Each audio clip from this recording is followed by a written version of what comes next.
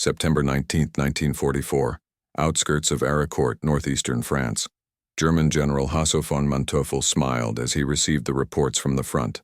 Enemy forces in retreat, favorable terrain, low resistance forecast. On that foggy morning, he believed he was facing another successful offensive. The 113th Panzer Brigade, with its freshly depressed Panthers, was advancing confidently, certain that no American machine could surpass them in armor, range, or prestige. That confidence, born of years of technical mastery, was about to evaporate in seconds. In that same fog, a high-pitched and continuous sound cut through the silence. It wasn't the low-pitched roar of the Maybach engines. It was a different whistle, faster, thinner, more unsettling.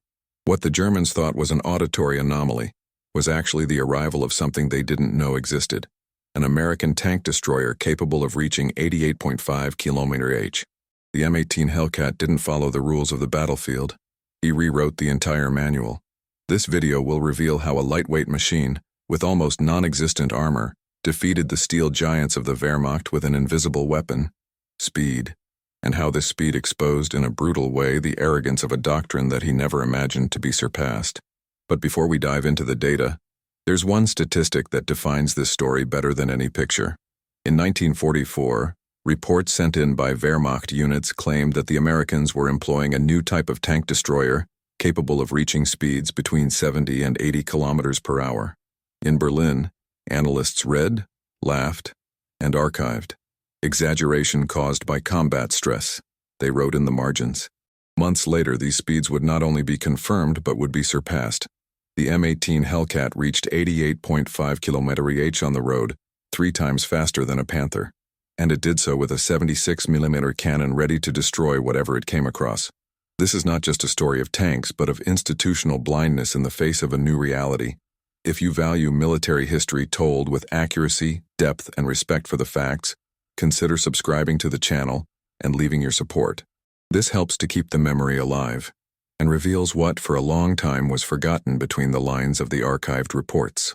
From the earliest days of the Blitzkrieg, German armored doctrine was built on a core belief. Dominance on the battlefield would depend on mechanical supremacy. More armor, more caliber, more range. For Panzerwaffe planners, speed was a tactical variable, but never a philosophy. In 1940, German tanks crossed France not because they were the best in technical data, but because they were well coordinated, supported by radio, and maneuvered freely. The quick victory, however, generated a side effect: the illusion of invincibility. From there, Germany embarked on a technological climb obsessed with weight, strength, and prestige. The Tiger I was born, a 57-ton colossus with frontal armor of up to 120 millimeters and an 88mm gun. A monster. Soon after came the Panther, a theoretically more balanced machine but still extremely complex, with more than 1,000 moving parts in the final transmission and logistical consumption equivalent to 3 light tanks. Germany designed tanks as one designed cathedrals, with pride, obsessive detail, and a blind faith that technical superiority was enough. Meanwhile, on the other side of the Atlantic, America was making tanks as it was making automobiles, with scale, adaptation, and a simple goal: to win. In 1943, American production of armored vehicles was almost 10 times greater than that of Germany, a number that the Germans knew but chose to ignore. If you were surprised by this brutal difference, comment below. Logistics wins. For German doctrine, a tank should withstand everything. The designers required armor capable of withstanding direct hits from other tanks. This resulted in machines such as the Tiger II, the Königstiger, which weighed 69 tons, consumed up to 500 liters of fuel every 100 kilometers, and broke down frequently when trying to rotate on its own axis.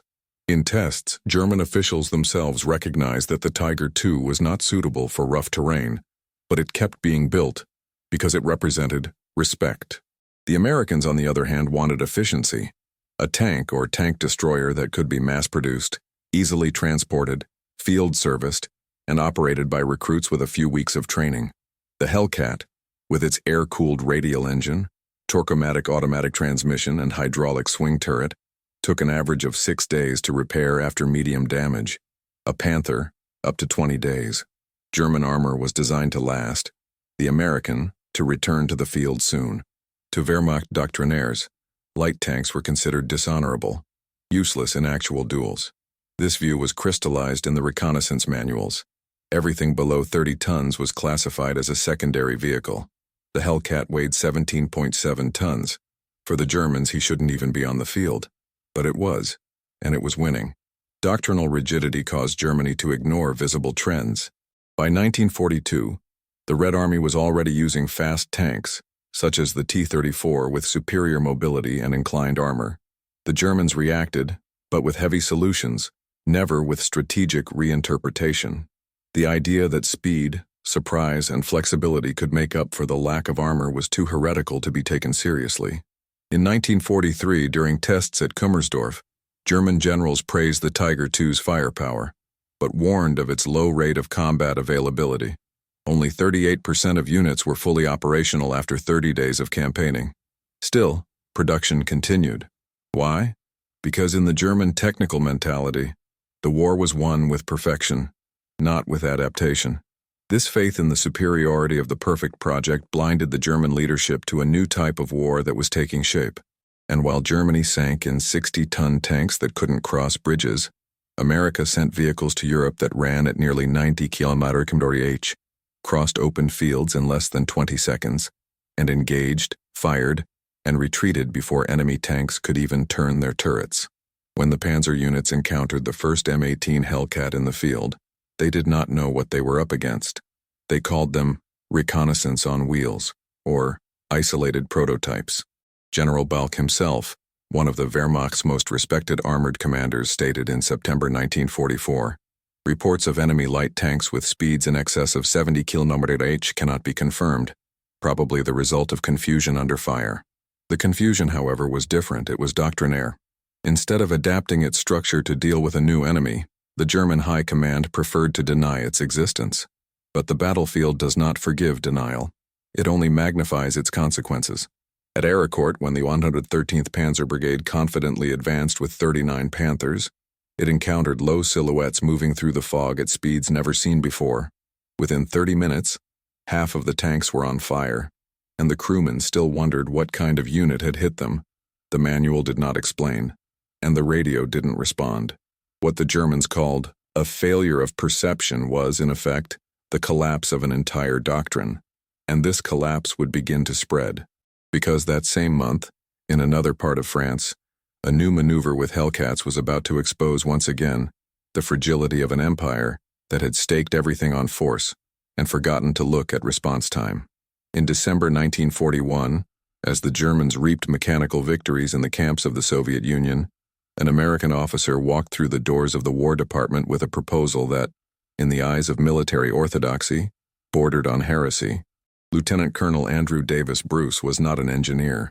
He was a knight, a veteran of the First World War who saw in tanks not mobile fortresses, but heirs to an older tradition, that of speed, surprise, decisive breaking through enemy lines. Bruce didn't want a new heavy tank. He wanted to reinvent hunting. His proposal was simple, straightforward, and disturbing. We would not try to compete with the Germans in firepower or armor. Instead, the U.S. would create a vehicle so fast, so nimble, that it could identify, fire, and disappear before the enemy understood what hit it, a kind of predator on tracks, which would exchange shield for impulse. The project was met with skepticism. After all, how could a light vehicle with thin armor and an open structure on top survive in the most violent theater of war in history? Bruce, however, was supported by something that the Germans despised: American industrial power and its ability to transform concept into scale. The American cavalry, replaced for decades by trucks and radios, now resurfaced, not as a metaphor, but as a doctrine. The idea of a fast tank destroyer began to take shape in 1942. The first prototypes passed through the hands of Buick Motor Division, a subsidiary of General Motors, with extensive experience in precision production and inline manufacturing. The project, initially named T-70, was designed from the beginning with a logic inverse to that of the German Panzer: minimum weight, long travel suspension, aero engine, and automatic transmission. Rather than protecting the crew with thick steel, the philosophy was simple: Keep the vehicle in constant motion like a light boxer who wins by dodging. The armor was a maximum of 25mm on the front turret and only 13mm on the sides. Vulnerable, yes, but invisible at speed. The concept was so radical that for months military engineers were hesitant to classify it as feasible. But the war did not wait. In the field, German tanks showed their strength, but they also revealed a pattern. They were slow to react, sensitive to logistics, and vulnerable on the flank. Bruce and his team understood that the future lay not in beating the enemy head-on, but in reaching them from the sides. Literally. The first Hellcat prototype demonstrated speeds of up to 55 mph in track tests, a number that seemed absurd for a tracked vehicle. Even more impressive was its acceleration capacity, torque, and stability on uneven terrain. With torsion bar suspension and balanced weight distribution, the M18 could reach positions previously unimaginable for armored vehicles. It moved like a sports car, and he shot like a tank.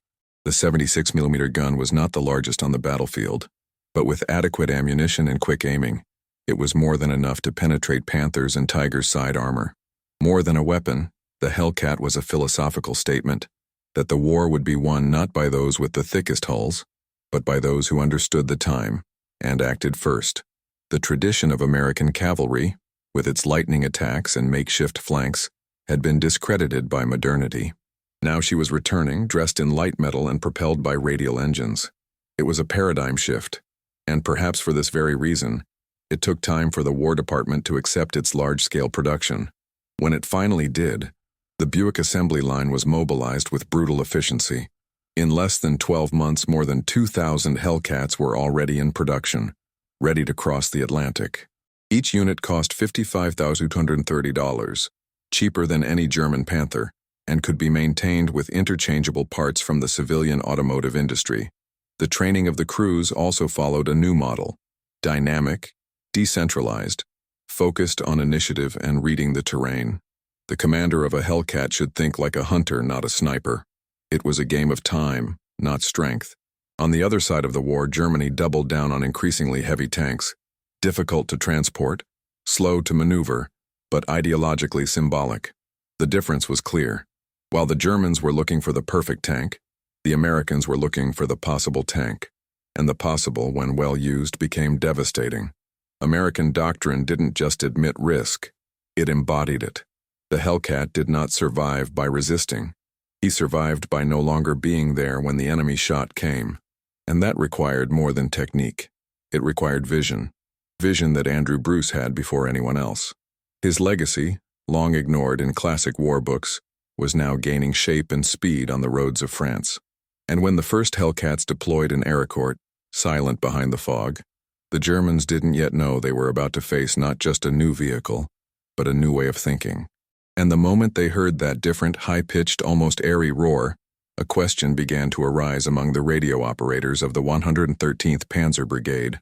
What kind of tank moves like that? The answer would come in minutes, and it would change everything. The birth of the M18 Hellcat was more than a feat of engineering. It was an act of industrial daring. While Germany designed its armored vehicles with an obsession with mechanical perfection, the United States opted for a radically different path: efficiency at scale. The heart of this speedy machine was a 9-cylinder radial engine, the Continental R975, originally designed for airplanes. Mass-produced for aircraft such as the Stearman and Sherman, it was adapted for the Hellcat without major modifications, a pragmatic decision that eliminated months of development and ensured thousands of units were ready. The choice of engine was not for convenience but for purpose. With 400 horsepower and air cooling, the R975 provided a power-to-weight ratio of 22.6 HP/ton, more than double that of the Tiger Y. It was this power that allowed the Hellcat to reach 88.5 km/h on the road, a number that no other tracked vehicle had ever achieved. But speed alone was not enough. The M18 needed to maintain control over terrain and stability in firing. To do this, the engineers resorted to a torsion bar suspension, a modern system that offered wide wheel travel and absorbed impacts smoothly. The result was a steady displacement even at high speeds, something unthinkable in German tanks, whose suspension with leaf springs or crossbars limited real mobility. This combination allowed the Hellcat to perform quick turns, cross bumpy fields at speed, and efficiently reposition itself in the midst of combat. Internally, the shunting plant was completed by a torque-o-matic automatic transmission, another technical leap. Developed by General Motors, this 3-speed forward transmission eliminated the use of a clutch, allowing the driver to operate the vehicle like an automobile. In the field, this meant immediate response, even for novice drivers. The absence of manual gear shifting reduced failures, accelerated learning curves, and increased crew autonomy. The War Department itself recognized that with the torque-o-matic, a recruit with only 2 weeks of instruction could operate a Hellcat with acceptable competence. At the center of the tower, an electric motor-driven hydraulic mechanism allowed 360 turns in 24 seconds, regardless of the rotation of the main engine. This independence was critical. In German armor, turret spin was directly linked to engine RPM, which made the slow reaction at idle and almost useless in tactical stops. The Hellcat, by contrast, maintained full engagement capability even in low rotation, which was vital for quick ambush engagements. The armor, however, was deliberately weak. At the thickest point, the front of the turret, there was only 25 mm of protection. The sides, with 13 mm, could be pierced by light projectiles. This was not negligence, but part of the doctrine. The M18 was not supposed to withstand direct fire. It was supposed to avoid it. This technical philosophy was embodied in the low silhouette, the aerodynamic profile, and the sloping sides. At 2.5 meters tall and just over 3 meters wide, the Hellcat could hide behind walls, vegetation, or undulations of terrain where a Panther would never fit. Even more telling was its open turret at the top, which caused estrangement among conservative officers. Without cover, the crew was exposed to shrapnel, snipers, and bad weather. But this choice had a clear purpose: to reduce weight, simplify production, and speed up evacuation. In the event of a direct hit, the chances of survival increased if the crew members could abandon the vehicle in seconds. And at full speed, the open turret allowed for better ventilation, visibility, and coordination, especially in pursuits. Every technical decision of the Hellcat converged on a single principle: time, turnaround time, production time, survival time. The Americans understood that in war, whoever controls the weather controls the countryside. The M18 was not created for long duels. He was made for short appearances, precise blows, and immediate disappearances. It was a machine designed not to resist, but to escape.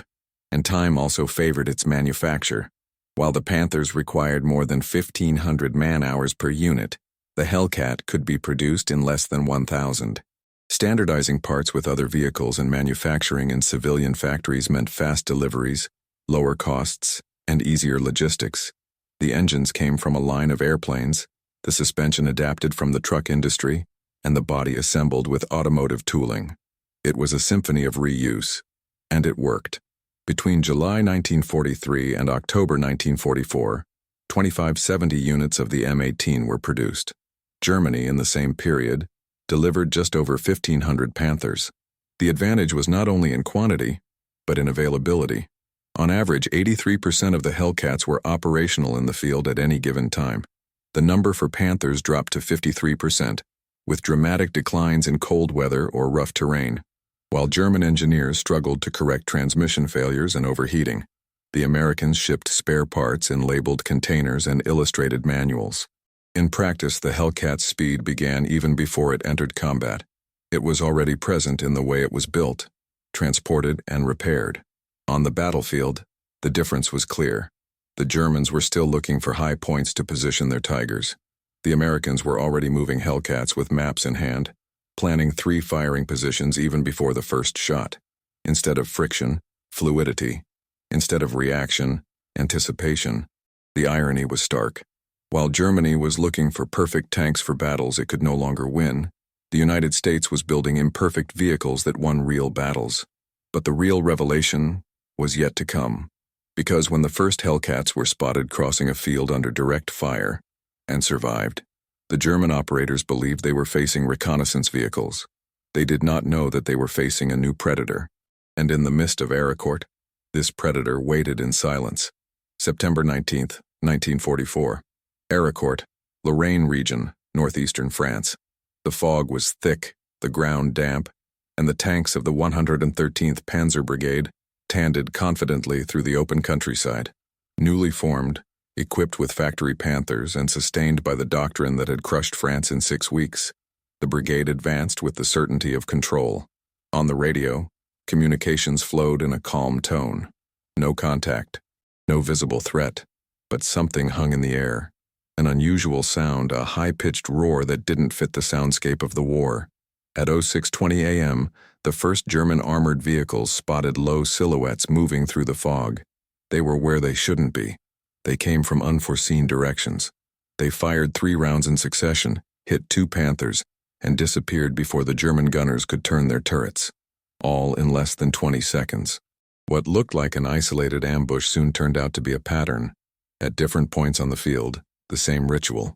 Sudden emergence, accurate fire, rapid retreat.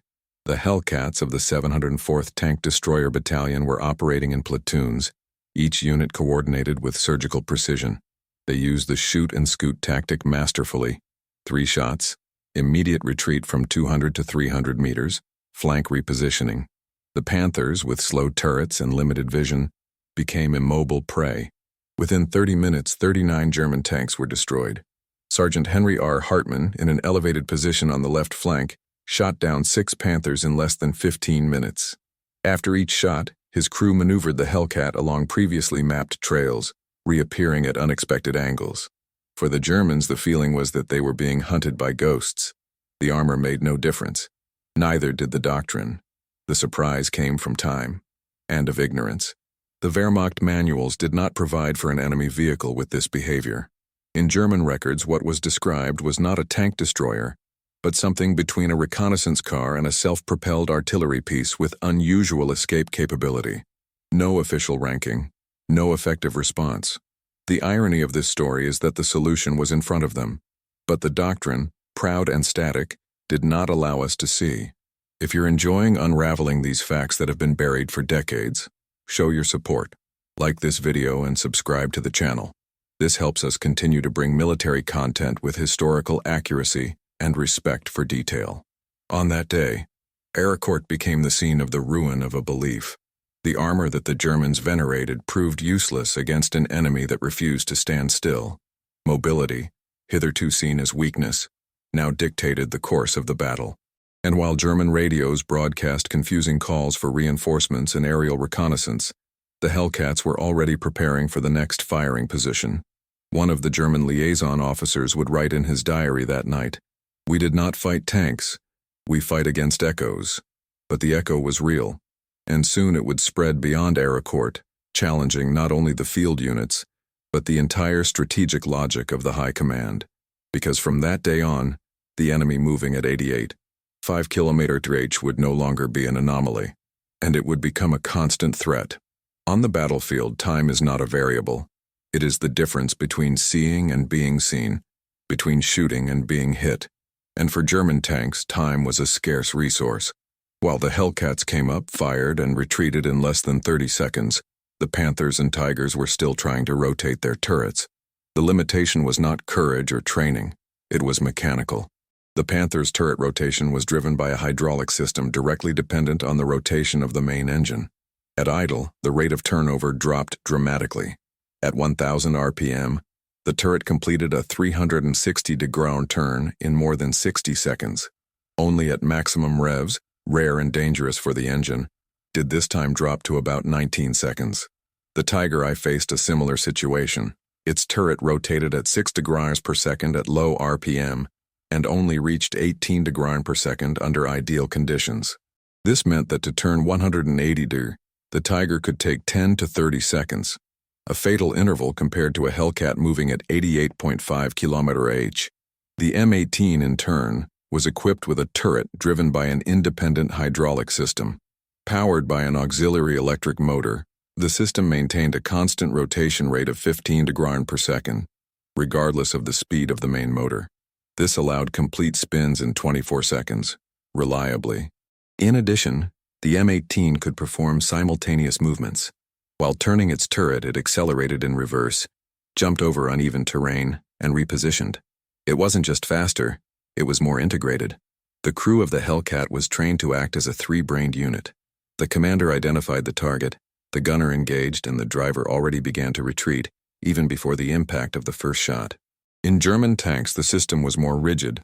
The commander had to confirm the target, the turret had to be rotated, the engine speed adjusted, and the firing aligned with mathematical precision. In theory, this produced great hits over long distances. In practice, against a fast and evasive target, it produced hesitation. At Ericourt, records of the 704th Battalion showed that the Hellcats generally engaged the Panthers at distances between 400 and 800 yards. With acceleration from 0 to 30 mph in 11 seconds, an M18 could cover that distance in less than 30 seconds. The Panther, even if it sensed the threat on the first shot, barely had time to start turning the turret before being hit by a second shot from another angle. The inability to turn in time was not noticed in factory tests, but was brutally exposed in real combat. Many German crewmen reported that when trying to lock a Hellcat in lateral motion, their turrets simply did not keep pace. A commander of the 113th Panzer wrote, "It was like aiming at birds with a rusty shotgun. When our shot came, they were no longer there." The problem was aggravated by ambushes. Because the Hellcats operated in platoons with pre-established positions, it was common for a German tank to be hit from two flanks at the same time. To turn the tower to one side was to expose oneself to the other, and trying to reposition the entire hull was futile. The Hellcats were already gone. German doctrine, focused on deliberate long-range combat, did not prepare its men for this kind of short, rapid, and multiple pursuit. In the time and response graphs, the difference became irrefutable. To rotate 180 degrees, a Tiger needed up to 30 seconds at low RPM. The Hellcat, at the same time, could cross 800 meters, hit a Panther, and already be out of line of sight. And in an open field, where lines of fire and movement frequently intersected, this advantage multiplied. Frustration among the German operators grew with each confrontation. Their tanks, celebrated as the most powerful of the war, were being flanked by vehicles that seemed to respect no laws of physics. The manuals taught how to respond accurately, but against the Hellcat there was no time for accuracy. There was only time to die. The engineering that had created the Tigers and Panthers had bet all their chips on lethality and protection, but he had forgotten one detail. The speed of the tower did not keep up with the speed of war, and in the fields of Lorraine, this lesson would be repeated with each ambush. The doctrine of armored superiority collapsed not for lack of strength, but for inability to react. And when German engineers finally examined a captured Hellcat months later, they found what to them looked like a mechanical aberration, a tank destroyer with thin armor, an airplane engine, and an independent turret turn. The only possible conclusion, written in a November 1944 test report, was straightforward. This vehicle achieves combat performance not by protection, but by extreme mobility. Our doctrine has no effective answer, but war would not wait for doctrines, because the upcoming clash would put the Hellcats face to face with the pride of the Panzerwaffe, the Tigers of the 2nd Division.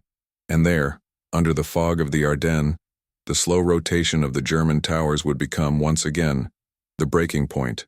As the Hellcats danced among the trees, sped in reverse over dirt roads, and disappeared into the mist like armored specters, German doctrine remained immobilized, not for lack of steel but for lack of conviction. Since 1939, the Panzerwaffe had built its reputation on accuracy, fire discipline, and technical superiority. German gunners were trained for methodical combat, at long distances, where ballistic calculation replaced improvisation, and where every shot had to be accurate. It was a doctrine of absolute control, but it depended above all on an enemy standing still. When the Americans introduced a vehicle that denied this fundamental premise, the collapse was not just technical, it was ideological. German doctrine, impregnated by 4 years of tactical victories, did not admit the existence of tanks that did not seek direct engagement. For Wehrmacht instructors, a tank destroyer that avoided combat was a contradiction. For the Americans, this was tactics. The gunnery schools at Zossen, Fallingbostel, and Ohrdruf emphasized meticulous accuracy. A Tiger shot from 1,500 meters was expected to destroy any target with a single side piercing. But the Hellcat wasn't there to be shot. He moved too fast, appeared at unexpected angles, and forced the Germans to react outside of protocol. The result was chaos.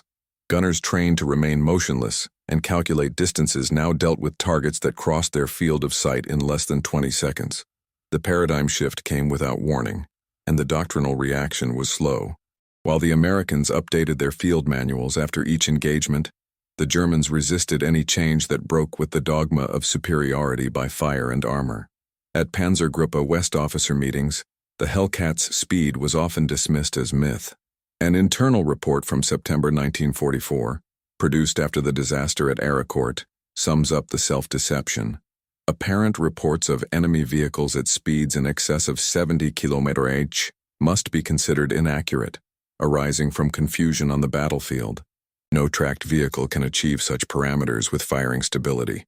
The problem was not just what the Germans did not know, it was what they insisted on not believing. Meanwhile, on the other side of the Atlantic, the U.S. Army was rapidly abandoning any resemblance to European methods. The American tank destroyer doctrine, though born out of urgency, was shaped by continual adaptation. Crew training at Camp Hood focused not on static accuracy, but on quick decisions, evasive maneuvers, and coordinated attacks at speed. The crew learned to shoot on the move, to change positions even before the first impact, and to work in scattered platoons. It was an approach almost opposite to German doctrine, and against Panthers and Tigers, it proved deadly. German rigidity became visible in each ineffective response. The generals ordered the concentration of fire, but could not stop the Hellcats. They tried to ambush, but the American vehicles did not follow predictable routes. They tried to reinforce positions, but the Americans simply flanked them at 88.5 km/h. The battlefield had changed, but the mentality had not. The irony was cruel. The nation that had invented the Blitzkrieg now found itself powerless in the face of its own logic, applied even more radically. The Americans did not copy the Panzers. They understood their principles and pushed them beyond what the Germans themselves were willing to do. Speed as a weapon, surprise as doctrine, mobility as a shield, and it worked. The concept of living doctrine in the U.S. manuals allowed for adjustments at each battle, with detailed reports turning into operational changes within weeks. In the Wehrmacht, change ran up against tradition-obsessed chains of command, and a bureaucratic machine that discredited anything that deviated from technical orthodoxy. The result was predictable: failure. In post-war interviews conducted by the U.S. Army Military History Institute, several Panzer commanders admitted that they did not understand how to respond to the Hellcats. General Hasso von Manteuffel, a Kursk veteran and commander of the 5th Panzer Army, was blunt. "We were not prepared to fight tanks that did not wish to fight like we did. Our training didn't allow enough flexibility to understand the new rhythm." This belated confession sums up a structural error. War isn't just made of metal and fuel. It's made of ideas. And when ideas don't follow the terrain, not even the best engineering saves. The Hellcats were not invincible. They had light armor, open turrets, and obvious vulnerability to any ambush. But they exploited something that German doctrine did not foresee: initiative. And with that, they forced one of the most feared forces of the war to throw away the playbook itself. The result was a silent collapse, which began not with the first shot, but with the silence between orders, when the expected responses did not work. And when German engineers finally dismantled a captured M18, they found no magic or secret. They found audacity, clarity of purpose, and doctrinal choices that pointed not to what was ideal, but to what worked. In times of war, this is the line between winning and disappearing. But the greatest irony was yet to come, because while German doctrine was looking for perfect tanks for ideal fights, the Americans were training gunners for dirty, fast, and unfair fights. Allied doctrine was becoming a doctrine of denial, and the next confrontations would show just how devastating this could be. In mid-October 1944, the German General Staff in Berlin received a sequence of field reports coming from eastern France and the Lorraine region. They had something in common. They all mentioned the appearance of American vehicles with anomalous behavior. They had turrets, tracks, and cannons, but they moved with unusual speed, appearing and disappearing from the field of vision with almost fanciful fluidity.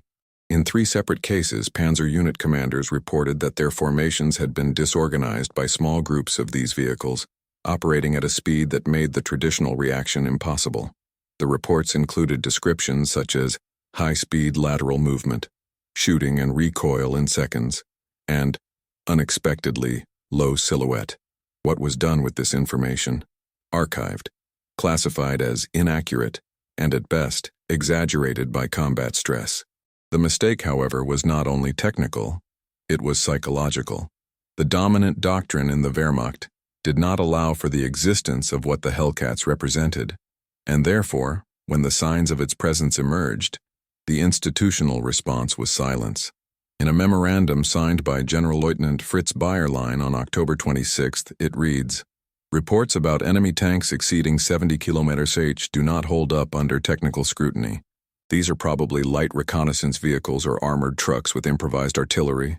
This isolated phrase sums up the abyss between reality at the front and belief in cabinets. While officers in the field watched their Panthers being shot down by invisible vehicles, theorists in Berlin classified them as logistical anomalies. The most recurrent term in the archived reports was not tank destroyers. It was reconnaissance vehicles on wheels, even after clashes in which dozens of Panthers had been destroyed.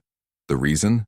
Accepting the existence of a tank destroyer faster than any panzer would require rewriting the entire doctrine. And this, in the midst of the crisis on the Western Front, was something that the German machine simply could not do.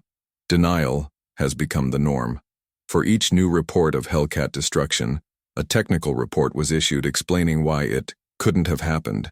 One of them, dated November, stated, "The physics of track traction prevents speeds in excess of 65 km/h in the field. Any allegation to the contrary is unfounded." But the war didn't care about reports.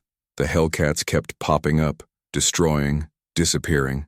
And the German commanders, lacking doctrinal guidance and without acknowledging the threat, continued to employ inappropriate tactics. A symbolic episode occurred on the outskirts of Lunéville, where a German company tried to ambush what they thought were American reconnaissance vehicles. They were Hellcats. The result? 11 Panthers destroyed in 25 minutes. The historical irony deepened. The underrated enemy was already winning, and no one believed it. This is where a pause for an astonishing fact is appropriate. In 1944, American industry produced 2,507 Hellcats. In the same year, Germany manufactured only 385 Tigers. This means that for every Tiger placed in the field, nearly 7 Hellcats were ready to hunt it down. And most impressively, each M18 could be produced in less than half the time of a Panther. If this data surprised you, comment below with one word: logistics wins. Because in the end, what the German generals could not accept is that they were not losing because of technical inferiority, but because of doctrinal backwardness. When the Wehrmacht documents were analyzed post-war by the Allies, the pattern became clear. The more effective the enemy, the greater the denial. Not out of cowardice, but out of dogma. And this dogma had a high price. Denial cost time, it cost men, it cost tanks, and it would soon cost an entire offensive. Because when the Hellcats entered the Ardennes, there would be no way to file the facts anymore. Prior to the M18 Hellcat, the mathematics of armored warfare followed a rigid set of variables: armor, caliber, and range. This was how generals drew up plans, how engineers calibrated their projects, and how combat was studied in academies. But the Hellcat's silent and rapid entry into European theater required a new formula. For the first time, a vehicle won not by what it endured, but by what it avoided. Not by how much damage he did, but by how much he managed to escape. And mainly how long he maintained the initiative. In raw numbers, the traditional equation favored the German side. A Tiger the Rhone weighing 57 tons, frontal armor up to 120 millimeters, and an 88 millimeter gun was, on paper, superior to the Hellcat, with its 17 tons 25 meter of armor and a 76 millimeter gun. But the equation was incomplete. The Hellcat's power-to-ton ratio was 22.6 HP-ton, compared to 12.2 HP-ton for the Panther, and only 9.8 for the Tiger. That meant acceleration. It meant response time. And that time redefined combat. In real engagements, the Hellcat could reach the first firing position in 12 seconds, fire, retreat, and reposition, before a Tiger completed its turret turn. That changed everything. The engagement distance has also been reconfigured. The Germans trained to open fire at 1,500 meters, with meticulous firing and long intervals between aim adjustments. The Americans, with the Hellcats, operated at 600–800 yards, relying on the element of surprise and tactical superiority of the effective first shot. In more than 70% of recorded combats, the Hellcat fired first. American doctrine called this lethal time, the interval between detecting the enemy and dealing damage. In the case of the M18, this time was up to 40% less than any German vehicle. But there was another factor, invisible in armor calculations, absent in engineering reports: the mental agility of the crew. The Hellcats were operated by young, well-trained soldiers with freedom of action in the field. Rather than waiting for centralized orders, platoon commanders decided locally, a principle inherited from cavalry and adapted to the 20th century. This combination created a new formula: speed plus coordination plus initiative, dominance. On paper, it still seemed inferior, but in the fields of France, Belgium, and Germany, it was devastating. The average survival time of a Panther after being spotted by a platoon of Hellcats was 45 seconds. In 1944, this wasn't just statistics, it was a sentence. In studies done after the war, the U.S. Army determined that the efficiency of a Hellcat, measured in enemy tanks destroyed per lost unit, was 2.4, one of the best rates of the war. In Aracourt, this average reached 5.3. It wasn't the cannon, nor the armor, nor the number of shots. It was time. And time in war is a resource. The Hellcat rewrote battlefield logic as a silent editor. He forced generals to reconsider distances, to redraw ambush zones, to redeploy units.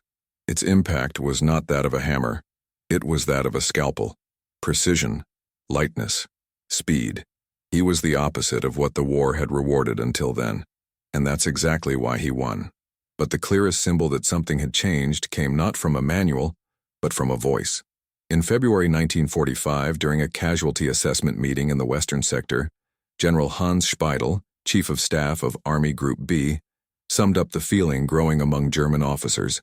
It's not that your tanks are invincible, it's just that they're never where we expect them to be. And when they shoot, it's too late. What Speidel may not have known is that this phrase would define not just an armored vehicle model, but an entire generation of military thinking. Because the Hellcat wasn't just a tank destroyer. It was the end of an era of static confrontations and the beginning of a new kind of war. And in the Ardennes forest, where the cold was biting and surprise dictated the rules, this new war was about to reveal itself in its most brutal form. German doctrine had taught its panzer crewmen to see themselves as predators. From the lightning campaigns in Poland to the steppes of the Soviet Union, the mental image constructed was that of armored hunters, deciding the time and place of the kill, aiming coldly through very high-precision optical sights, opening fire before the enemy understood what was happening. But in the fall of 1944, something that was not in the textbooks began to creep through the hatches: fear. In the post-war accounts gathered by the U.S. Army, one constant emerged among Panzerwaffe veterans who faced the Hellcats: a sense of powerlessness. A Tiger commander of the 2nd SS Panzer Division, interrogated in April 1945, coldly described the moment when everything changed. We no longer knew where the firing was going to come from.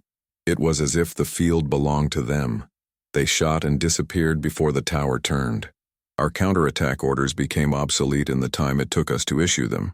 What had begun as tactical surprise had evolved into operational trauma. The German command structure, based on coordinated reactions and localized counterattacks, simply did not work against vehicles that refused to follow the rules of traditional armored warfare. The Hellcats break with the fundamental expectation of tank combat: the head-on clash. They flanked, retreated, dodged, turned back. They were, for many, invisible until the moment of impact. In an interview with the Red Cross in January 1946, a radio operator of a destroyed Panther in Aracourt confessed, "It was like fighting shadows. We knew they were there, but we couldn't see them until the fire started. And when it started, it was too late." This shift in perception, from hunter to prey, had devastating effects on troop morale. Platoons that had previously operated with confidence were now hesitant to advance through open fields. Reports point to cases of German armored vehicles holding defensive positions for hours, refusing to move for fear of ambushes. The field was no longer an arena, and became a trap. The speed of the Hellcat, its maneuverability, Its doctrine of coordinated and evasive fire created a new type of pressure, the psychological one. It was no longer enough to calculate the range or estimate the angle of penetration. It was necessary to anticipate the unpredictable. And this, for a doctrine based on technical superiority, was corrosive. Some officers, in an attempt to restore order, intensified targeting and rapid response exercises. But there was no way to train to react to targets that moved faster than the turret, that did not maintain a pattern of attack, and that operated outside the range of rigid doctrines. The result was frustration, and frustration made room for moral collapse. A veteran of the 116th Panzer Division described, "We weren't afraid to die. We were afraid that we would not understand why we were dying. To see a tank explode without knowing where the shot came from, it destroys the spirit." The impact was not limited to frontline crews. Regimental commanders began to question the effectiveness of the tanks themselves. Some even requested tactical changes to deal exclusively with the Hellcats, suggesting that reconnaissance units be placed ahead of the Panzers, no longer to map the terrain, but to provoke fire and reveal mobile positions. It was the admission that the roles had been reversed. The Panzers, which they had once pursued, were now hunted. War had ceased to be a matter of brute force. It was a war of presence and absence. The Hellcat did not dominate the field by taking up more space, but by denying the enemy the right to feel safe. This reconfigured the way the Germans perceived the terrain, the enemy, and even themselves. The sound of the M18's radial engine, sharp and fast, became a sign of panic, not because of its destructive power, but because it announced something that could not be stopped. German doctrine never foresaw this. He never considered that a lighter machine with armor considered weak could morally dismantle units trained to win in any terrain. But that was what happened. And while Berlin was still discussing technical classifications, on the roads of France and Belgium, men who had grown up believing themselves to be the predators of war fell prey to a logic they did not understand. Because for Hellcat, it wasn't about power, it was about presence, time, decision. And the greatest weapon he brought was not his cannon. It was the fact that he was already leaving before the enemy realized he was there. But in the Ardennes, winter would hold a different promise. There, in frozen forests and thick fog, the Hellcat would face not only tanks, but the last offensive gasp of a war machine that refused to accept defeat. In the frozen countryside of Europe, while German tanks carved into position and sought advantage through terrain dominance, the Hellcats did the opposite. They never stood still. It was a doctrinal, deliberate, almost philosophical choice. The technique that the Americans called shoot and scoot was born out of the realization that in a war where the enemy fired with 88 millimeters of millimeter accuracy, the only real protection was time, and time was conquered with speed. When a platoon of M18s was given the mission of eliminating enemy armor, the objective was not to occupy, encircle, or resist. It was to surprise, disorganize, and disappear before retaliation. The doctrine provided for the choice of a firing position with a favorable angle, usually in flank or slight elevation. The commander located the target, the gunner adjusted the shot, and the pilot kept the engine revved. In less than 8 seconds after the first shot, the order to retreat was given. The crew would then maneuver to a second position, pre-mapped, 200 or 300 meters away. This happened before the enemy rotated their turret, calculated the angle of origin, or obtained return coordinates. In simulations and training held at Camp Hood, Texas, this technique was repeated hundreds of times. The stopwatch was the main instructor. The pilot trained to feel the displacement of the cannon as a sign of time to retreat. The commander heard not only the impact of the shot but the echo, the enemy's response time. It was a calculated dance where every second counted. This approach broke with the European logic of armored warfare. For the Germans, the position was conquered, not abandoned. It was where people resisted, where fire was projected, where dominion was established. For the Americans, the position was just the scene of a shot, and the shorter the stay, the greater the chance of survival. Hellcat was designed for this doctrine. Its Continental R975 radial engine, originally used in aircraft, offered exceptional acceleration. Its torsion bar suspension and torque-matic automatic transmission allowed for smooth maneuvering over uneven terrain. But without the right doctrine, these qualities would only be statistics. The shoot and scoot transformed capacity into lethality. In real engagements, such as in the Ardennes or Lunéville, this technique proved to be more effective than any armor. A Panther could withstand frontal fire, but it could not react to an enemy that never appeared twice in the same place. The Hellcat didn't hide because it was weak. He hid because he was intelligent.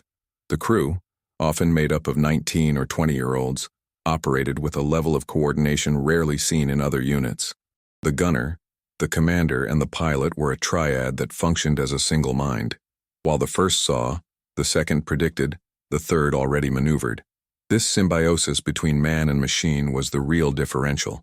In after-action reports, officers from the 705th and 603rd Tank Destroyer Battalions highlighted that the crews with the highest number of missions were not the most aggressive, but the most disciplined in firing and evasion cycles. The doctrine rewarded not those who destroyed the most tanks by engagement, but those who survived to engage again. Survival, in this case, was the multiplication of effectiveness. In typical combat, a Hellcat unit could perform 3 or 4 firing positions in less than 20 minutes. In each of them, the enemy was forced to reposition, redirect artillery, and spend time. The German doctrine of attrition, based on sector control and local resistance, simply could not keep pace. For every shot fired by a Hellcat, there was a German reaction that arrived late, and was often aimed at the void. The Americans didn't just have a faster tank destroyer, they had a faster thinking. The battlefield became a game of anticipation, and the Hellcats won by playing 3 moves ahead. General William C. Westmoreland, in reviewing the reports of the 1945 Ardennes campaign, commented, "There is no glory in being hit. The Hellcat showed that the true hero is the one who shoots and lives to shoot again." This operational vision redefined not only the role of the tank destroyer, but the concept of presence in combat. The M18 was not a wall, it was a chain. I passed, cut, and followed. And while the Germans were still trying to figure out where he was, it was too late. But the American doctrine did not end there. Because in the middle of winter, on terrain where not even cavalry dared to pass, the Hellcat would receive its most brutal test. The stage would be Bastogne, and there, speed would no longer be just an advantage, and would become the last hope. In the heart of Texas, far from the battlefields of Europe, a quiet revolution was taking place. Camp Hood, 1943. There were not only drivers or gunners trained, hunters were trained. The crews assigned to the M18 Hellcat were subjected to a training model that broke with everything that the armored tradition had taught until then. The logic was simple. If the vehicle was fast, men needed to think even faster. Each team was trained as a cohesive unit, where the roles didn't just complement each other, they merged. The commander was not just the brain, it was the instinct. The pilot, not just the driver, but the breakout muscle. The scorer, not only the trigger, but the hand that executed in fractions of a second a tactical decision. On the maneuvering grounds, ambushes, shooting on the move, evacuation under fire, and changing position in less than 15 seconds were simulated. The instructions were timed. A stationary Hellcat was a dead Hellcat, but the real difference was in the human profile that the instructors were looking for. It was not about physical strength or traditional discipline. Young people with combat reflexes, mental agility, and, above all, risk tolerance were sought. An internal U.S. Army study, dated September 1944, describes the ideal M18 operator as someone with offensive initiative, a tendency toward decentralized action, and the ability to make autonomous decisions in chaotic environments. This was rare and precious. Camp Hood became a center of natural selection, where speed was not only an attribute of the machine, but of thought. The doctrine emphasized situational awareness, use of terrain as tactical camouflage, and precise verbal synchronization. In one exercise, the commander had 3 seconds to identify the target, gunner 2 to line up the sight, and pilot 5 to begin the retreat. Any deviation above that was recorded as a critical failure. What was shaped there was not a traditional army. It was an asymmetrical force, created to operate with less, act faster, and win in detail. And the most impressive thing, in less than 2 years, the United States trained more than 10,000 crew members for tank destroyer units, all trained under this same intensive regime, a number far greater than the total number of heavy tanks that Germany would be able to produce in the entire war. And here it is worth pausing. Between 1942 and 1945, the United States built more than 25,000 mechanized crew training units. Germany, under bombardment and industrial collapse, struggled to keep 5 armored schools running. If this surprised you, comment below with the phrase, absolute power, because that power wasn't just in the machine, it was in its replication at scale. The mentality that came out of Texas crossed the Atlantic like an operational virus. American commanders began to adapt infantry tactics to the rhythm of the Hellcat. Formations became looser, attacks more dynamic, and air-to-air and air-to-ground coordination more fluid. A platoon of Hellcats operated like a living cell. It identified, attacked, retreated, and regenerated. And more importantly, he learned. M18 operators were allowed to alter their own tactical patterns depending on their environment. This, for a traditional army like the German, was unthinkable. A platoon commander making decisions without waiting for orders from the battalion? In the logic of the Wehrmacht, this was indiscipline. In American logic, it was doctrine. This cultural difference created a quiet advantage. While the enemy was still trying to understand who was attacking, the Hellcats were already in another position, and by the time German textbooks finally recognized the threat, the Americans had already changed their method. The battlefield was a living laboratory, and the Hellcat operators, its scientists. Colonel John K. Waters, inspecting units of the 704th Battalion, stated in February 1945, "These boys don't follow a plan. They follow momentum, and they win because they act before the enemy thinks." In a war where seconds decided between life and destruction, this impulse was everything, and the mind trained at Camp Hood knew how to use it. But there was still a final lesson.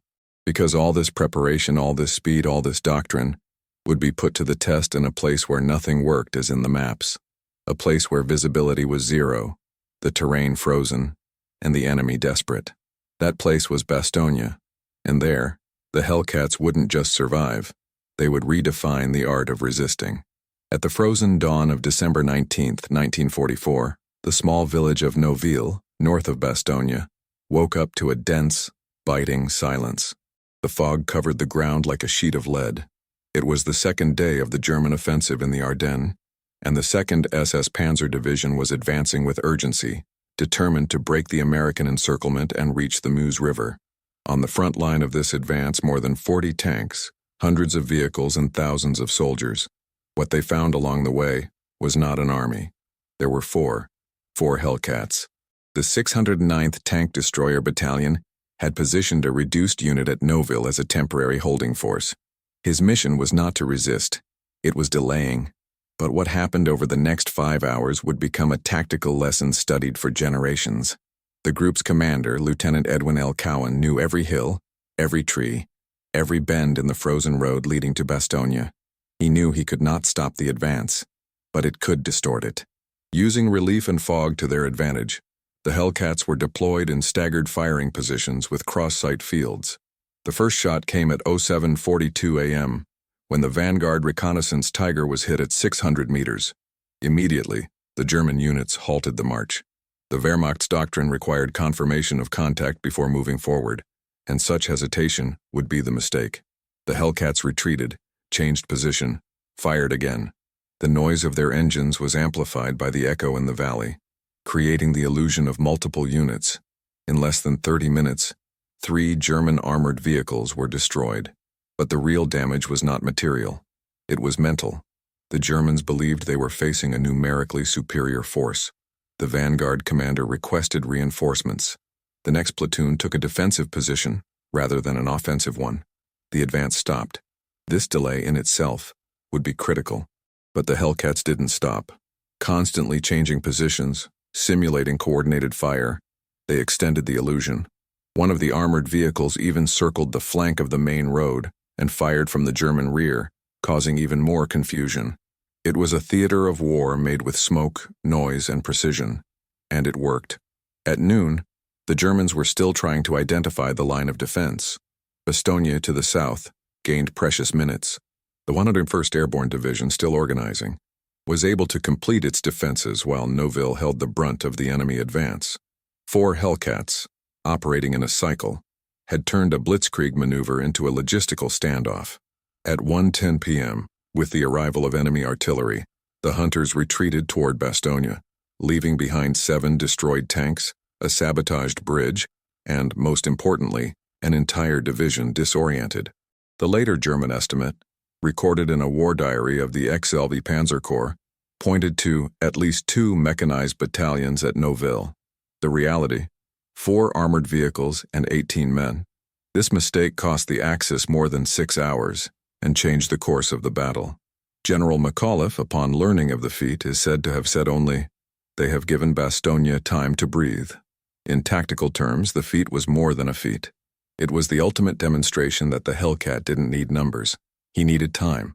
Because in a war of rhythm, the one who imposes the rhythm wins. And on that day, 4 fast machines operated by even faster brains dictated the rhythm. In later reports, a German officer summarized, "We didn't know what we were facing. We just knew we couldn't move forward." And what he didn't know was that same day, another group of Hellcats was preparing to repeat the feat on another stretch of the line. Because Hell on Rails was still just beginning. Behind the scenes of the Ardennes offensive, while Goebbels's propaganda called for a twist of fate, the maps on the German command desk told another story. The advancing front, marked by black arrows pointing west, was full of gaps, sectors where entire divisions met with invisible resistance. The name Hellcat appeared in the reports, but without context. Army Group B staff officers described tactical checkpoints coming from unidentified light vehicles with a speed incompatible with any known doctrine. It was the beginning of a logistical and psychological nightmare. The German war machine, built to dominate by anticipation and discipline, began to crumble in the face of the speed of an enemy that did not follow rules. In January 1945, the Oberkommando des Heeres, OKH, issued a series of emergency directives to counter the advance of American hunters. Among them, orders for Panthers and Tigers turrets to be kept previously rotated in the direction of the estimated threat, even during the displacement. The idea: to save the seconds needed to react to a surprise attack. In practice, this compromised the maneuverability of the armored vehicles and increased gear wear, leading to mechanical failures in combat. The artillery was repositioned in retreating sectors with instructions to carry out preventive fire in possible ambush zones. But the Hellcats were no longer there, and when they were, they didn't expect the second shot. Infantry units were instructed to patrol forests with Panzerfaust launchers, awaiting the approach of light vehicles. But the M18 did not approach. It would appear, shoot and disappear, like a projectile with eyes. American doctrine was breaking through the margins of conventional warfare, and the German High Command, accustomed to dictating the battlefield, now reacted, always late. Frustration reached the highest levels of the hierarchy. General Hasso von Manteuffel, commander of the 5th Panzer Army, recorded in his diary, "The lines are constantly delayed, not for lack of men, but because we cannot predict the next move. It's like facing a swarm." The analogy was accurate. The Hellcat acted as a dispersal vector. It forced armor to slow down, artillery to relocate, and infantry to isolate. In strategic terms, it nullified the fundamental principle of coordinated advance. The crisis of command worsened. Each new order issued in Berlin was overtaken by the pace of the camp in a matter of hours. German intelligence, with increasingly limited resources, could not keep up with the movements of American tank destroyer units. And what is not seen is not destroyed. Here officers began issuing reports with increasingly vague language: unusual mobility, continuous dispersion, unidentifiable patterns. The war entered a phase where doctrine met chaos and lost. But perhaps the most symbolic moment of this collapse occurred during an emergency meeting in Koblenz with officers of the 6th Panzer Army. There, presenting losses in sectors where there were no reports of large American formations, an intelligence major concluded, "It's not armies anymore. They are independent strike units, and they are beating us by time, not by number." This observation sounded like heresy, but it was the truth, because time, the variable always despised by the mechanized powers, was now the dominant force on the battlefield, and the Hellcat was his messenger. He dictated the pace, and the enemy just tried to keep up. But there was one place where this time difference would be more evident than ever. A point on the map where speed would meet resistance, and where German doctrine would suffer its final blow. That place was called Foy, and there, the Hellcats would do more than destroy tanks. They would break the logic of war. In the heart of the Buick plant in Flint, Michigan, workers worked continuous shifts. 3 shifts, 7 days a week.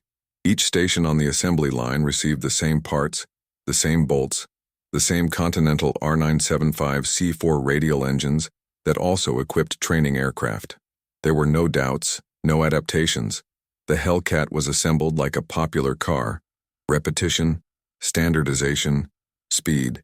And that was the crucial difference.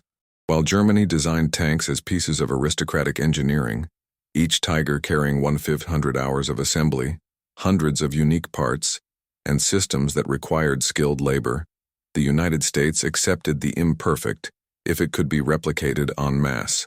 The result was not a better tank.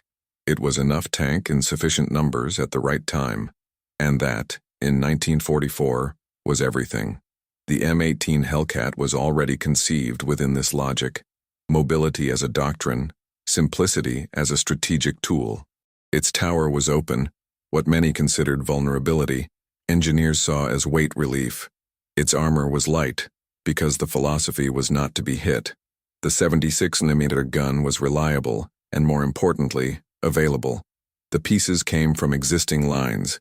There was no reinvention, there was adaptation. It took Buick less than 18 months between the first working prototype and the first units delivered to the field. In the same period, Germany was still struggling to resolve chronic transmission failures in the Panthers. It was an abyss of strategic conception, because while the Germans adapted their industry to the doctrine, forcing factories to follow an unyielding tactical ideal, the Americans did the opposite. They created doctrine from what their industry could efficiently deliver, and they delivered. Between mid-1943 and the end of 1944, more than 2,500 Hellcat units were produced. For comparison, in that same interval, Germany produced just over 1,500 Panthers, many of which didn't even make it to the front due to logistical problems, sabotage, or lack of parts. And here lies the central point. The war was won before the shots. It was defeated in design decisions, in the standardization of processes, in the logic of scalability. The battlefield only reflected what was already sealed in the production spreadsheets. The irony of this story is that the solution was in front of them. If you're enjoying unraveling these facts, show your support. Like and subscribe so we can bring you more detailed content like this. The truth is that the Germans didn't just lose to faster tanks. They lost to simpler spreadsheets, for respected schedules, for factories that understood that war is not won with rare parts, but with functional machines. And the Hellcat was the embodiment of that. His name might suggest something fierce, but his nature was logical. He was a line product, and that made him lethal. Because where there was one Tiger, there were 3 Hellcats.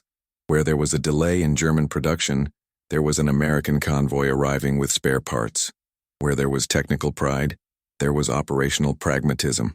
And the ultimate reflection of this would be felt not in numbers, but in perceptions. Because German soldiers started to see Hellcats where they weren't even there, and officials began reporting fighting with unidentified mobile groups based on sound alone. The presence of the M18 had transcended its metallic mass. It had become an idea, and this idea would still gain a new territory, Germany, because in the next block the Hellcat crosses the Rhine, and the German reaction would no longer be tactical. I would be desperate. In the spring of 1945, while the last fighting was still raging in France and in the heart of Germany, another battlefield was gaining prominence in the reports of the Allied High Command. Italy. There, between the walls of the Gothic Line and the narrow valleys of Emilia-Romagna, a completely different war was unfolding.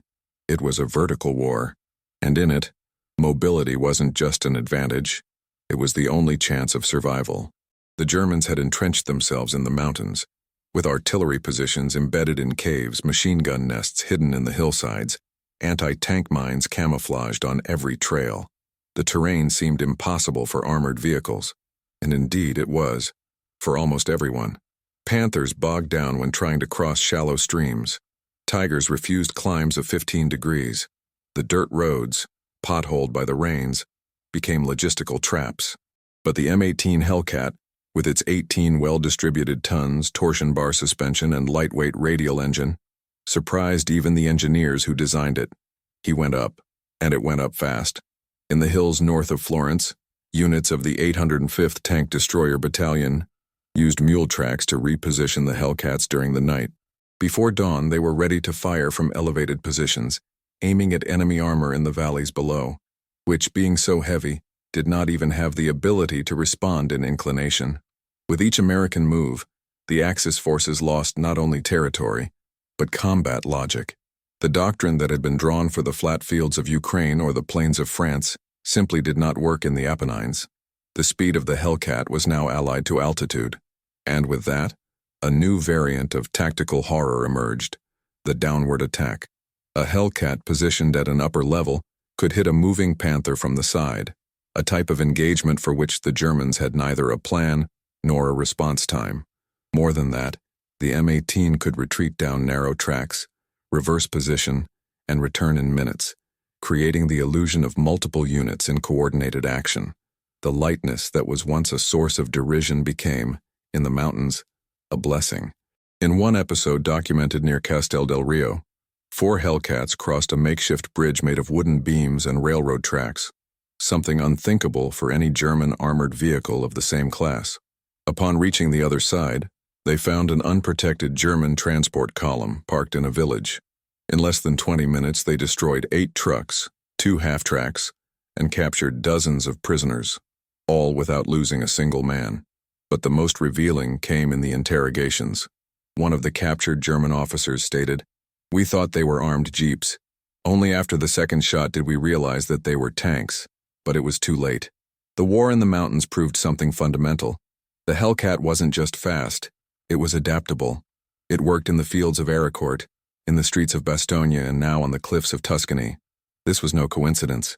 It was the product of a flexible concept of warfare, shaped by industrial and operational capabilities, not ideological dogmas. While the German generals were still looking for the ultimate supertank, the Americans had already understood that the winner would be the one who moved the fastest and on the most terrain. And there was still one last place where this mobility would find its greatest test: the razed cities of Germany, because the war was now moving towards the concrete. And the Hellcat, too light to resist, would dare to enter. The M18 Hellcat was officially retired in 1952. Its chassis were sold for scrap or passed on to smaller allies. No monument has been erected in his honor. No general has built a career on his glory, and yet he survives. Not in steel, but in concept, because the real lesson of the Hellcat wasn't visible in its contours or armor stats. She was in what could not be measured with a ruler, but which would change the war forever.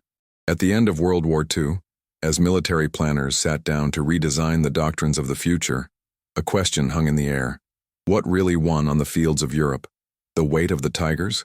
The accuracy of the 88 mm guns? Or the invisible speed that nullified all this force even before the first shot? It was in this doctrinal silence that the legacy of the Hellcat began to seep in.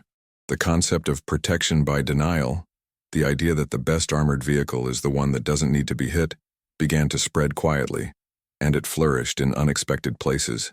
In France, the designers of the AMX-13 adopted a lightweight turret and the same principles of extreme mobility, believing that agility would overcome direct confrontation. In the Soviet Union, the PT-76 emerged as a light amphibious tank destroyer, designed for infiltration and speed. In the UK, the CVRT system was developed as a lightweight modular platform, capable of moving quickly in a variety of theaters. None of these vehicles carried heavy armor. They all shared an invisible heritage, the understanding that a vehicle must survive, not by resisting the impact but by avoiding it in anticipation. And this evolutionary line reached until the 2000s, when the Stryker MGS of the American Doctrine of Rapid Response was designed to offer firepower concentrated in mobile and lightly armored units. A complete cycle. The philosophy that was born as an industrial necessity during the war now became a tactical choice in the modern world. The Hellcat, with its 76 mm gun and 55 mph speed, wasn't just a product of its time. It was a warning, a rehearsal of what was to come. And even if the post-war manuals preferred to cite the Pershing or the Sherman as models of doctrine, the behavior of ground forces throughout the 20th century would say otherwise. Modern warfare has come to require agility, insight, dispersion, and the ability to decide in seconds. Everything the M18 already did in 1944. And if there were any doubts that this influence was real, it was enough to look at what happened decades later, when the German army designed the Leopard 1, an armored vehicle without a focus on heavy armor but on speed, situational awareness, and long-range tactical engagement. A dynamic survival tank, one that denied direct confrontation whenever possible. The Panzerwaffe doctrine had finally been reversed, and the trigger for this turn was not a confrontation between steel monsters, but between ideas. Because in the end, the Hellcat didn't win strongly. He won with philosophy. He won because the United States understood that the war of the 20th century would not be decided only by projectiles, but by the speed of redesigning its own way of thinking. But there was a number that had not yet been revealed. A fact that, in isolation, sums up this whole story. Because behind the tactical elegance of the Hellcat, there was also a logic of brutal efficiency, and that number would be felt on German soil itself. When the first prototypes of the M18 Hellcat appeared at the Aberdeen Proving Ground, there was silence in the corridors of the War Department, not because of the absence of expectations, but because of the boldness of the project. The armor was so thin that heavy machine gun shells could pass through its sides at open angles. The open turret seemed reckless, almost suicidal, and the idea of putting an airplane radial engine in a ground vehicle sounded like improvisation. But it was more than a technical innovation. It was an act of faith. Faith that for the first time an armored vehicle did not need to withstand the impact. It needed to avoid it. And this faith was not individual. It was institutional. From Lieutenant Colonel Andrew Bruce to Buick engineers to instructors at Camp Hood, the Hellcat doctrine was implanted with full conviction. Speed saves more than steel. This belief transformed the relationship between machine and crew. The men of the M18 did not have physical protection. They counted on time. Every second they anticipated the enemy was a layer of invisible armor. Each successful shoot and scoot maneuver was a moral shield. The doctrine did not only require skill, it required nerves of steel, surgical coordination, and above all, absolute confidence in the concept. Because unlike German tanks, whose crews relied on the surrounding inches of steel, the Hellcat operators trusted each other and the idea. This conviction was also manifested behind the scenes. When American strategists realized the potential of the Hellcat, they reorganized an entire logistics chain to keep it flowing. Mobile maintenance zones, standardized spare parts warehouses, and simplified technical manuals were created so that any field mechanic could operate the machine. Faith in speed was not just a philosophy of combat, it was a philosophy of system. The most telling, however, was the ethical impact. The Hellcat, by avoiding direct engagements and prioritizing high-mobility ambushes, drastically reduced the casualty rate among its crews. Compared to European heavy fighters, the combat survival rate was significantly higher, not because the vehicle was stronger, but because its doctrine did not require martyrdom. It was a rational victory, not an emotional one. This created different bonds between man and machine. The crew did not see the Hellcat as a glorious sarcophagus, but as an extension of their intelligence, a getaway partner, a time multiplier. And it was this understanding that allowed so many of them to survive and tell the story. In post-war interrogations, German officers acknowledged in a tone of incredulity that they had faced something outside the logic of armored warfare. They would come up, fire, and disappear before our turret had completed the rotation, wrote a company commander of the 11th Panzer. They didn't fight like tanks. It was like fighting a fast thought. And perhaps this is the greatest irony. The Hellcat was not a steel weapon. It was a weapon of idea. Its actual armor did not measure millimeters, but seconds. Its cannon was not the most powerful, but its accuracy, coupled with its speed, made it lethal. Its design was not a monument to power, but a tribute to agility. And his doctrine, counterintuitive as it seemed, showed that true courage is not about facing the enemy head-on. It's about changing the rules of the battlefield. Because in the end, the Hellcat didn't win because of blind faith in speed. He won because someone believed that it was possible to rethink what a tank was. And this belief, this doctrinal boldness, was what worked. But none of these words, None of these numbers compare to what the battlefield itself has revealed, because there was a final number, a brutal calculation, and this data, cold, indisputable, would show the final result of this bet, the exact number of German tanks destroyed by the Hellcat by the end of the war, and what it meant. By the end of the war, Allied reports recorded a number that left no doubt. The M18 Hellcat had destroyed more than 500 enemy tanks, with a kill rate higher than any other American tank destroyer. All this operating with a frontal armor of a maximum of 25 millimeters. To the German planners trained in the doctrine of steel supremacy, this was inconceivable, but it was there, in the field, in the mud, on the burnt Panzerwaffe chassis, scattered on roads from France to Italy. The machine they despised, classified in memos as a wheeled reconnaissance vehicle, had dismantled, one by one, the columns of heavy armored vehicles that once symbolized the invincibility of the Reich. The final collapse was not caused by a new gun, nor by an invulnerable tank. It was caused by a simple idea: to be faster than the other can understand.